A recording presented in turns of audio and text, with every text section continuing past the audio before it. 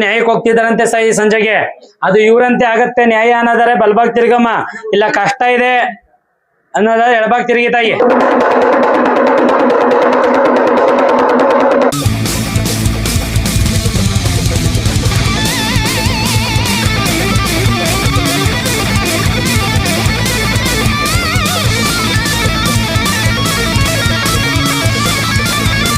ಯಾವ್ದೋ ಒಂದು ವ್ಯವಹಾರ ಮಾಡ್ಬೇಕು ಅನ್ಕೊಂಡಿದಾರಂತೆ ತಾಯಿ. ಅಂಗಡಿ ಮಾಡೋದೆ ಒಳ್ಳೇದಾಗತ್ತೆ ಅನ್ನೋದಾರೆ ಬಲ್ಬಾಗ್ ತಿರ್ಗವ ಇಲ್ಲ ಕಷ್ಟ ಅನ್ನೋದಾರೆ ಎಡಬಾಗ್ ತಿರ್ಗು ತಾಯಿ.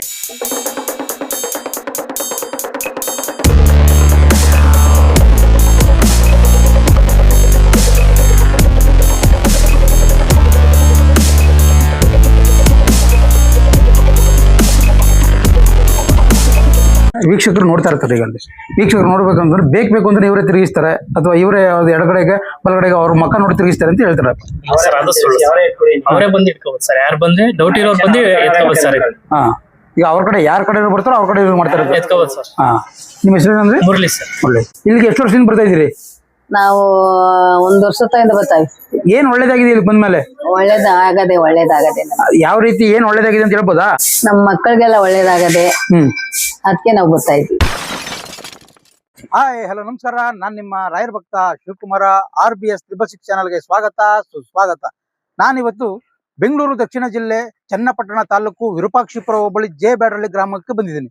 ಈ ಗ್ರಾಮದಲ್ಲಿ ಏನಪ್ಪ ವಿಶೇಷತೆ ಅನ್ನೋದನ್ನ ರೇಣುಕಾ ಆರಾಧ್ಯರು ಯಾವ್ಯಾವ ರೀತಿ ಇಲ್ಲಿ ಪರಿಹಾರಗಳನ್ನ ತಿಳಿಸ್ಕೊಡ್ತಾರೆ ಅನ್ನೋದನ್ನ ತಿಳ್ಕೊಳ್ಳೋಣ. ಬನ್ನಿ, ಈಗ ರೇಣುಕಾ ಆರಾಧ್ಯರನ್ನ ಮಾತಾಡ್ಸೋಣ. ನಮಸ್ಕಾರ.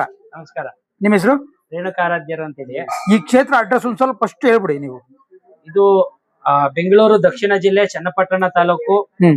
ಚನ್ನಪಟ್ಟಣ ಮತ್ತೆ ಯಲಗುರ್ಗೆ ಮೇನ್ ರೋಡ್ ಇದೆಯಲ್ಲ, ಅಲ್ಲಿ ಜೆ ಬ್ಯಾಡರಳ್ಳಿ ಅಂತ ಒಂದು ಊರಿದೆ. ಆ ಊರಲ್ಲಿ ಇದೆ ಇದು ದೇವರು.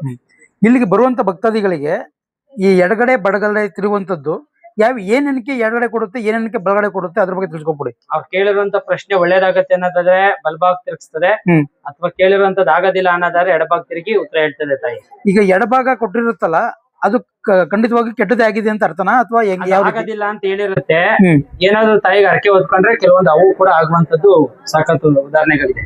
ಈಗ ಬಲಗಡೆ ಕೊಟ್ರೆ ಖಂಡಿತವಾಗ್ಲೂ ಅದೇ ಆಗುತ್ತೆ. ಅದೇನ ಅವ್ರೇನ್ ಕೋರ್ಕೊಂಡಿರ್ತಾರೋ ಆ ಕೆಲಸ ಆಗುತ್ತೆ ಅಂತ. ಅಂದ್ರೆ ಈ ತರ ತಾಯಿನ ಎಡಗಡೆ ಬಲಗಡೆ ತಿರುಗಿಸುವಂತದ್ದು ಯಾವ ವಾರ ಯಾವಾಗ? ಪ್ರತಿ ಭಾನುವಾರ ಮತ್ತೆ ಅಮಾವಾಸ್ಯೆ ಹುಣ್ಣಿಮೆಗಳಲ್ಲಿ ಇರ್ತದೆ. ಪ್ರತಿ ಭಾನುವಾರ ಕೂಡ ಇರುತ್ತೆ. ಹೌದು. ಅತಿ ಹೆಚ್ಚಾಗಿ ಸೇರುವಂತದ್ದು ಯಾವಾಗ? ಅಮಾವಾಸ್ಯೆ ಹುಣ್ಣಿಮೆಯಲ್ಲಿ. ಭಾನುವಾರ ಏನ್ ಜಾಸ್ತಿ ಏನ್ ಹೆಸರಲ್ವಾ ಇಲ್ಲಿ? ಭಾನುವಾರನೂ ಇರುತ್ತೆ, ಬಟ್ ಅಮಾವಾಸ್ಯೆ ಹುಣ್ಣಿಮೆಗಳಲ್ಲಿ ವಿಶೇಷ ಪೂಜೆಗಳು ಇರ್ತವೆ. ಇಲ್ಲಿಗೆ ಯಾವ್ಯಾವ ಊರಿಂದ ಬರ್ತಾರೆ ಬುದ್ಧಿ? ನೀವು ಕಂಡಂಗೆ ಸುಮಾರು ದೂರಗಳಿಂದ ಬರ್ತಾರೆ. ಬೆಂಗಳೂರು, ಮೈಸೂರು, ಮತ್ತೆ ಹಾಸನ, ಚನ್ನರಾಯಪಟ್ಟಣ, ಕುಣಿಗಲ್ಲು, ಆಂಧ್ರ, ತಮಿಳುನಾಡು, ಕೇರಳ, ಆ ಕಡೆಯಿಂದೆಲ್ಲ ಬರ್ತಾರೆ. ಈಗ ಮಾಟ ಮಂತ್ರ ಆಗೋಗಿದೆ ಅಂತ ಹೇಳಿದಾಗ, ಅಥವಾ ಬಲಗಡೆ ಅಥವಾ ಎಡಗಡೆ, ಈಗ ನಾನು ಒಂದು ಏನೋ ಕೇಳ್ಕೊಂಡಿರ್ತೀನಿ. ಈಗ ಮಾಟ ಮಂತ್ರ ಆಗೋಗಿದೆ ಅಂತ ಅಂದಾಗ ಎಡಗಡೆ ಕೊಡುತ್ತೆ, ಮಾಟ ಮಂತ್ರ ಆಗಿಲ್ಲ ಅಂತಂದಾಗ ಬಲಗಡೆ ಕೊಡುತ್ತೆ. ಈಗ ಮಾಟ ಮಂತ್ರ ಆಗೋಗಿದೆ ಅಂತಂದಾಗ ಪರಿಹಾರ ಯಾವ ರೀತಿ ಮಾಡ್ಕೋಬಹುದು ಇಲ್ಲಿ ಅಂತ? ಅದನ್ನೇ ನಾವು ನೋಡ್ತೀವಿ, ಯಾವ ರೀತಿ ಮಾಡಿಸಿದ್ದಾರೆ ಅದನ್ನ ಪ್ರಯೋಗನ ಅನ್ನೋದನ್ನ ನೋಡ್ಬಿಟ್ಟು ಅದಕ್ಕೆ ಪರಿಹಾರ ಮಾಡ್ಕೊಡ್ತೀವಿ. ಆ ಪರಿಹಾರ ನೋಡುದೇ ಯಾವ ರೀತಿ, ಆ ಬಗೆ ಹೇಗೆ? ಕವಡೆ ಶಾಸ್ತ್ರದಲ್ಲಿ ನೋಡ್ತೀವಿ, ಮತ್ತೆ ಅವ್ರಿಗೆ ನಾಡಿ ಶಾಸ್ತ್ರ ಐತೆ, ಅವ್ರ ಕೈ ಹಿಡಿದು ನಾಡಿಲ್ ನೋಡ್ತೀವಿ ಏನ್ ಆಗೈತೆ, ಅವ್ರಿಗೆ ಯಾವ ತರ ಮಾಡ್ಸಿದ್ದಾರೆ ಅಂತ ಗೊತ್ತಾಗುತ್ತೆ.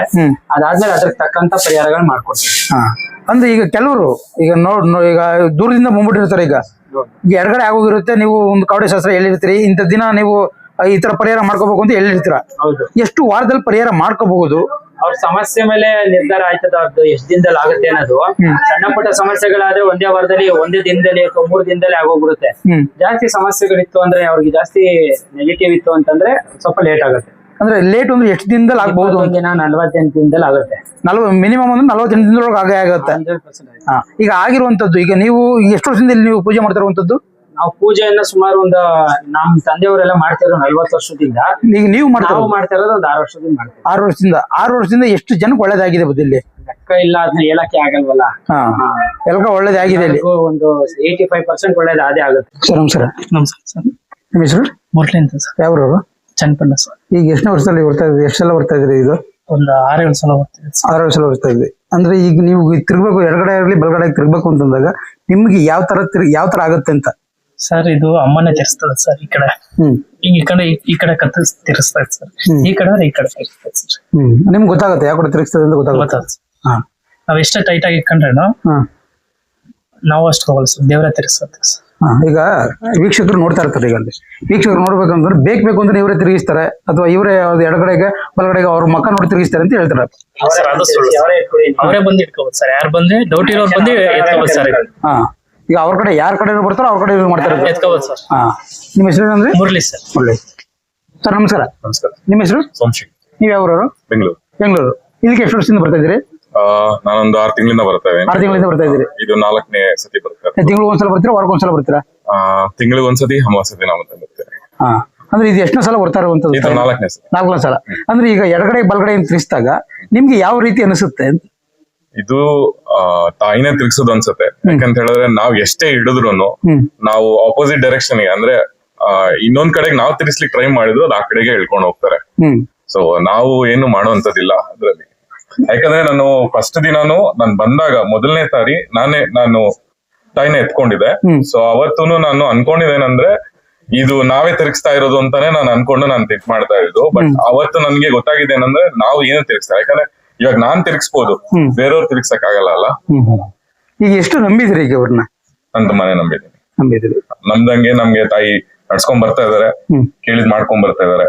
ಸೊ ಅದು ಆ ನಂಬಿಕೆ ಮೇಲೆನೆ ಬರ್ತಾರೆ. ಇಲ್ಲಿ ಬಂದ ಮೇಲೆ ನಿಮ್ಗೆ ಯಾವ ರೀತಿ ಒಳ್ಳೇದಾಗಿದೆ, ಯಾವ ರೀತಿ ಒಳ್ಳೇದಾಗ್ತಾ ಇದೆ?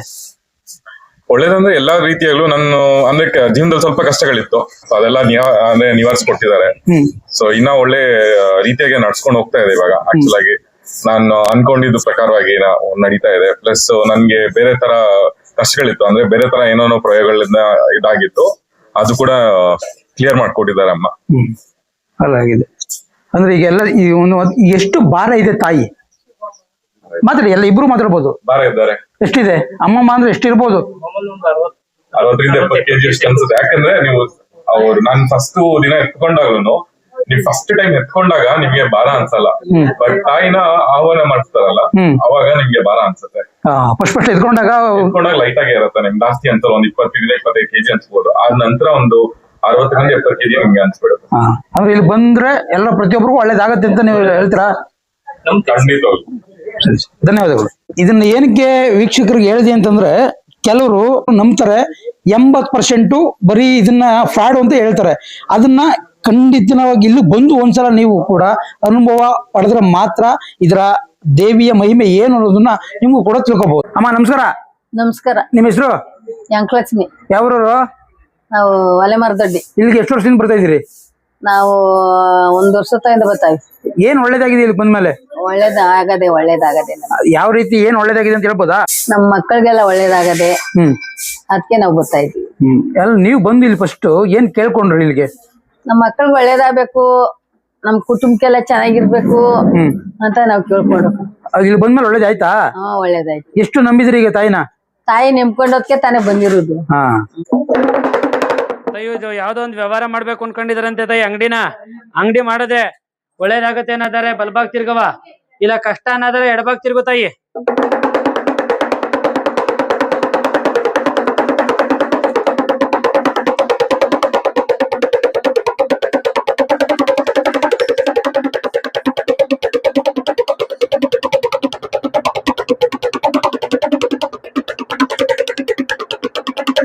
ತಾಯಿ ಅದು ಇದೇ ವರ್ಷದಲ್ಲಿ ಆಗತ್ತೆ ಅನ್ನೋದಾದ್ರೆ ಬಲ್ಬಾಗ್ ತಿರ್ಗ ಆಶೀರ್ವಾದ ಮಾಡಿ ಕಳ್ಸವ, ಇಲ್ಲ ಜಾತಕದಲ್ಲಿ ದೋಷ ಇದೆ ಅದಕ್ಕೆ ಪರಿಹಾರ ಮಾಡ್ಬೇಕು ಅನ್ನೋದಾದ್ರೆ ಎಡಬಾಗ್ ತಿರ್ಗಮ್ಮ.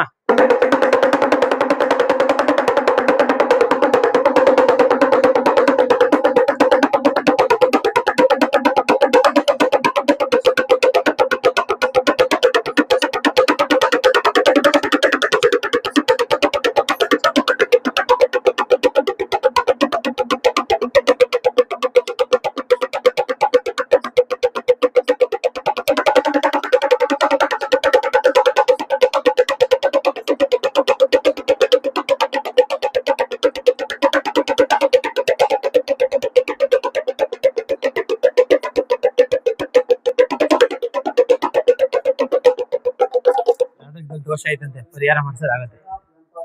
ಈಗ ಮೇನ್ ಮನೇಲಿ ಹಣಕಾಸಿನ ತೊಂದರೆಗಳು ಎಲ್ಲ ಪ್ರತಿಯೊಬ್ಬರಿಗೂ ಇರೋದು ಮೇನ್ ಪ್ರಾಬ್ಲಮ್ ಹಣಕಾಸಿನ ತೊಂದರೆ. ಹೌದು. ಇಲ್ಲಿಗೆ ಬಂದು ನಾವು ಪರಿಹಾರ ಮಾಡ್ಕೋಬೇಕು, ನಾನು ಹಣಕಾಸಿನ ವಿಚಾರಗಳಲ್ಲಿ ಬೇಗ ಮುಂದುವರಿಬೇಕು ಅನ್ನೋದಾದ್ರೆ ಏನ್ ಮಾಡ್ಕೋಬಹುದು? ಮೊದಲನೇದಾಗಿ ದಟ್ಟ ದರಿದ್ರ ಅನ್ನುವಂಥದ್ದು ಕಾಡ್ತಾ ಇರ್ತದೆ ಒಬ್ರಿಗೆ. ಯಾರಿಗೆ ಅಂತ ಹಣಕಾಸುಗಳನ್ನ ಇಲ್ದಿರೋಂಥವ್ರಿಗೆ ಆ ತರದ್ ಇರ್ತದೆ ಏನಾದ್ರು ಒಂದು. ಅದನ್ನ ಫಸ್ಟ್ ವಿಮೋಚನೆ ಮಾಡ್ತೀವಿ, ಅವ್ರನ್ನ ಶುದ್ಧಿ ಮಾಡ್ತೀವಿ. ದರಿದ್ರರಾಗಿರುವಂತವ್ರು ಅತ್ಯಂತ ಅಶುದ್ಧಿ ಆಗಿರುವಂತವ್ರು ಉತ್ತಮವಾಗಿ ಮಾಡ್ಕೊಡ್ತೀವಿ ಮೊದಲನೇದಾಗಿ. ಅದಾದ್ಮೇಲೆ ಏನಪ್ಪಾ ಅಂದ್ರೆ ದುಡ್ಡು ಕಾಸಿಗೆ ಯಾಕೆ ಪ್ರಾಬ್ಲಮ್ ಆಗ್ತದೆ ಅಂತಂದ್ರೆ ಮಂಗಳವಾರ ಶುಕ್ರವಾರ ಅನ್ನೋದ್ ನೋಡೋದಿಲ್ಲ, ಅಮಾವಾಸ್ಯೆ ಹುಣ್ಣಿಮೆ ಅನ್ನೋದ್ ನೋಡೋದಿಲ್ಲ, ಮತ್ತೆ ಬೆಳಗ್ಗೆ ಸಂಜೆ ಅನ್ನೋದ್ ನೋಡಿದೇನೆ ದುಡ್ಡುಗಳನ್ನ ಕೊಟ್ಬಿಟ್ಟಿರ್ತೀರಿ. ಆ ದುಡ್ಡು ಕಾಸು ಕೊಟ್ಟಂತ ಸಂದರ್ಭದಲ್ಲಿ ನಿಮ್ ಲಕ್ಷ್ಮಿ ಅನ್ನಂಥದ್ದು ಅವ್ರಿಗೆ ಹೊಂಟೋಗಿರ್ತದೆ. ಮತ್ತೆ ಇನ್ನೊಂದೇನಂದ್ರೆ ಮನೇಲಿ ಕಳ್ತನಗಳಾಗಿರ್ತಾವಲ್ಲ ಆ ಸಮಯದಲ್ಲೂ ಕೂಡ ಕೆಲವೊಂದ್ ಬಾರಿ ಲಕ್ಷ್ಮಿ ಅನ್ನುವಂಥದ್ದು ಹೋಗಿ ದರಿದ್ರ ಲಕ್ಷ್ಮಿ ಅನ್ನೋಂಥದ್ದು ಬಂದ್ಬಿಟ್ಟಿರ್ತದೆ. ಅದಕ್ಕೆ ನಾವು ಲಕ್ಷ್ಮಿ ಆಕರ್ಷಣ ಯಂತ್ರ ಮತ್ತೆ ಸ್ವರ್ಣಾಕರ್ಷಣ ಭೈರವ ಕಳಶ ಅನ್ನುವಂಥದ್ದನ್ನ ಕೊಡ್ತೀವಿ. ಮತ್ತೆ ದುಡ್ಡು ಕಾಸು ನಿಲ್ಲಂತದ್ಗೆ ವಿಶೇಷವಾದಂತಹ ಒಂದು ಕಳಶ ಅನ್ನುವಂಥದ್ದು ಕೊಡ್ತೀವಿ. ಅದನ್ನ ಕೊಟ್ರೆ ನಿಮ್ಮ ಮನೆಯಲ್ಲಿ ಯಾವುದೇ ಕಾರಣಕ್ಕೂ ಕೂಡ ಯಾವತ್ತು ಹಣಕ್ಕೆ ಕೊರತೆ ಆಗಲ್ಲ. ಯಾವಾಗ್ಲೂ ಧನಧಾನ್ಯಗಳು ಸದಾ ಕಾಲ ಸಮೃದ್ಧಿ ಆಗ್ತದೆ ನಿಮ್ಮ ಮನೆಗಳಲ್ಲಿ. ಈಗ ಕೆಲವರು ವಾಹನಗಳನ್ನ ತಗೋಬೇಕು ಅನ್ಕೊಂಡಿರ್ತಾರೆ, ಏನು ಅವ್ರ ತರ ಅಮೌಂಟ್ ಇರುತ್ತೆ, ಅದು ತಗೊಳಕ್ ಆಗಲ್ಲ. ಹೌದು. ಅಂತವ್ರು ಇಲ್ಲಿ ಬಂದು ಯಾವ ತರ ಪರಿಹಾರ ಮಾಡ್ಕೋಬಹುದು? ವಾಹನಗಳಾಗಿರ್ಬೋದು, ಮನೆಗಳಾಗಿರ್ಬೋದು, ಮತ್ತೆ ಸೈಟ್ಗಳಾಗಿರ್ಬೋದು, ಜಮೀನ್ಗಳಾಗಿರ್ಬೋದು ತಗೋಬೇಕು ಅಂತ ಅನ್ಸುತ್ತೆ. ಮತ್ತೆ ದುಡ್ಡು ಕೂಡ ಇರುತ್ತೆ, ಆದ್ರೆ ಅವ್ರಿಗೆ ಅನುಗ್ರಹ ಅನ್ನುವಂಥದ್ದು ಆಗ್ತಿರಲ್ಲ, ದೇವರ ಅನುಗ್ರಹ ಅನ್ನುವಂಥದ್ದು ಆಗ್ತಿರಲ್ಲ. ಅಂತವ್ರಿಗೆ ಏನಪ್ಪಾ ಅಂತಂದ್ರೆ ವಿಶೇಷವಾಗಿ 9 ವಾರಗಳು, ಪ್ರತಿ 9 ವಾರಗಳು ಭಾನುವಾರದತ್ತು ಬಂದು ಕ್ಷೇತ್ರದಲ್ಲಿ ತಡೆ ಹೊಡ್ಸಿದ್ರೆ ಅವ್ರಿಗೆ ಆದಷ್ಟು ಬೇಗ ಎಲ್ಲಾ ತರದ್ದು ಸೌಭಾಗ್ಯ ಸಿದ್ಧಿ ಆಯ್ತದೆ. ವಾಹನಗಳಾಗುವಂಥದ್ದು ಮತ್ತೆ ಭೂಮಿ ಪ್ರಾಪ್ತಿ ಆಗುವಂಥದ್ದು, ಮನೆ ಸೈಟ್ಗಳು ಎಲ್ಲಾ ಕೂಡ ಅವ್ರಿಗೆ ಸದಾ ಕಾಲ ಸಿದ್ಧಿ ಆಯ್ತದೆ. ಈಗ ನೀವು ಈ ಕಾಯಿ ಇದೆಯಲ್ಲ, ಈ ಕಾಯಿ ಏನೇನಕ್ಕೆ ಪ್ರಯೋಗಗಳಾಗತ್ತೆ ಮನೆಗೆ ತಗೊಂಡ್ ಕಟ್ಟಿದ್ರೆ ಅಂತ? ಮನೆಗಳಿಗೆ ಇದನ್ನ ಹಾಕೊಳ್ಳೋದ್ರಿಂದ ಯಾವುದೇ ಒಂದು ಶತ್ರುಗಳು ಮಾಟ ಮಂತ್ರ ಮಾಡ್ಸಿದ್ರೆ ಮನೆಗ್ ಬರಲ್ಲ. ಮತ್ತೆ ಮನೆ ಒಳಗಡೆ ಯಾರಾದ್ರೂ ಶತ್ರುಗಳು ಮಾಟ ಮಂತ್ರ ಮಾಡಿಸಿ ತಂದ್ ಮಡಗ್ಬಿಟ್ರೆ ಅಥವಾ ಊಟಕ್ಕೆ ಏನಾದ್ರು ಹಾಕೊಟ್ರೆ ಅದು ವರ್ಕ್ ಆಗಲ್ಲ. ಮತ್ತೆ ಜನದೃಷ್ಟಿ ಅನ್ನುವಂಥದ್ದು ಬೀಳ್ತಾ ಇರ್ತದ ಮನೆಗೆ, ಅದು ಕೂಡ ಬೀಳಲ್ಲ. ಅತ್ಯಂತ ವಿಶೇಷವಾದಂತ ಪ್ರಾಣ ಇರುವಂತ ಕಾಯಿ ಅದಾಗಿರ್ತದೆ. ಮತ್ತೆ ಆ ಕಾಯಿಗಳಿಗೆ ನೀವು ಪೂಜೆ ಮಾಡೋದ್ರಿಂದ ಕೆಲವೊಂದು ನೀತಿ ನಿಯಮಗಳಲ್ಲಿ ಹೇಳ್ಕೊಡ್ತೀವಿ ಪೂಜೆಗಳು ಹೇಗ್ ಮಾಡ್ಬೇಕು ಅಂತ. ಆ ಪೂಜೆಗಳು ಮಾಡೋದ್ರಿಂದ ನಿಮ್ ಕೋರಿಕೆಗಳು 100ಕ್ಕೆ 100ರಷ್ಟು ಈಡೇರುತ್ತೆ ಆ ಕಾಯಿ ಪೂಜೆ ಮಾಡಿದ್ರೆ. ಅದು ಇನ್ನು ತಗೋಬಹುದು ಯಾವಾಗ, ಯಾವ ವಾರ ಕಟ್ಟೋದು ಯಾವಾಗ? ಪ್ರತಿ ಅಮಾವಾಸ್ಯೆಯಲ್ಲೂ ಹುಣ್ಮೆಯಲ್ಲೂ ಕೂಡ ಕಾಯಿಗಳು ಸಿಗ್ತದೆ. 3 ದಿನ ಮುಂಚಿತವಾಗಿ ಅದನ್ನ ಫೋನ್ ಮಾಡಿ ಅದನ್ನ ಹೇಳಿದ್ರೆ ನಾವು ರೆಡಿ ಮಾಡಿಟ್ಟಿರ್ತೀವಿ. ಅವ್ರ ಹೆಸರುಗಳಿಗೆ ಅವ್ರ ಮನೆ ದೇವರ ಅನುಗ್ರಹ ಸಿಗಂಗೆ ಅವ್ರ ಮನೆ ದೇವರ ಹೆಸರುಗಳೆಲ್ಲ ಹಾಕಿ ರೆಡಿ ಮಾಡಿಟ್ಟಿರ್ತೀವಿ.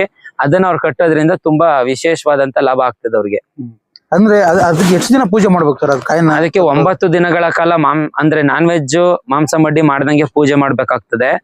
9 ದಿನ ಅದು ಪೂಜೆ ಆದ ನಂತರ ಮನೇಲಿ ನಾನ್ ವೆಜ್ ಬೇಕಾದ್ರೆ ಮಾಡ್ಬೋದು, ಆದ್ರೆ ಪೂಜೆ ಮಾಡ್ಬಿಟ್ಟು ನಾನ್ ವೆಜ್ ತಿನ್ಬೇಕು. 21 ಕಾಲ 21 ದಿನಗಳ ಕಾಲ ಅದು ಪೂಜೆ ವ್ರತ ಅನ್ನೋಂಥದ್ದು ಇರ್ತದೆ.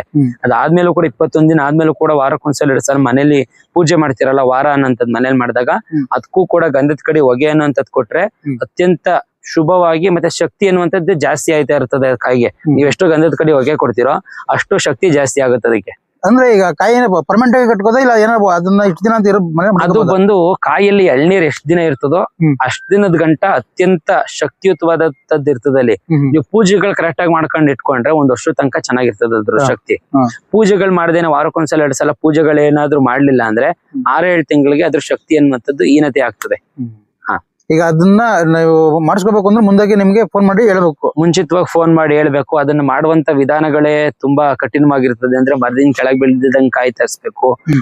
ಅದಕ್ಕೆ ಧಾನ್ಯಾದಿವಾಸಗಳು, ಧನಾದಿವಾಸಗಳು ಮತ್ತೆ ಪುಷ್ಪಾದಿವಾಸಗಳನ್ನ ಅಂತಂದ್ರೆ ಈ ದೇವ್ರನ್ನ ವಿಗ್ರಹ ಪ್ರತಿಷ್ಠಾಪನೆ ಮಾಡ್ಬೇಕಾದ್ರೆ ನಾವೇನೇನು ಪ್ರೊಸೀಜರ್ ಮಾಡ್ತೀವೋ ಅದೇ ರೀತಿ ಇದಕ್ಕೂ ಕೂಡ ನಾವು ಮಾಡ್ಬೇಕು. ಅಂದ್ರೆ ಶಕ್ತಿ ಬರ್ಬೇಕು ಅಂದ್ರೆ ಅದನ್ನ ಶುದ್ಧಿ ಮಾಡಿ ಅದಕ್ಕೆ ಪ್ರಾಣ ಪ್ರತಿಷ್ಠಾಪನೆ ಮಾಡಿ ಮತ್ತೆ ಚಕ್ರಗಳನ್ನ ಬರ್ತವೆ. ಅದಕ್ಕೆಂತ ವಿಶೇಷವಾದ ಚಕ್ರಗಳು, ಕೈಲೇ ಬಡ್ದಿರುವಂತ ಚಕ್ರ, ಯಾವುದೇ ರೀತಿ ಅಂಗಡಿಯಲ್ಲಿ ಸಿಗುವಂತದ್ನ ಮಳೆ ಹೊಡೆದಿ ಕೊಡುವಂತದ್ದಿಲ್ಲ ನಮ್ಮಲ್ಲಿ.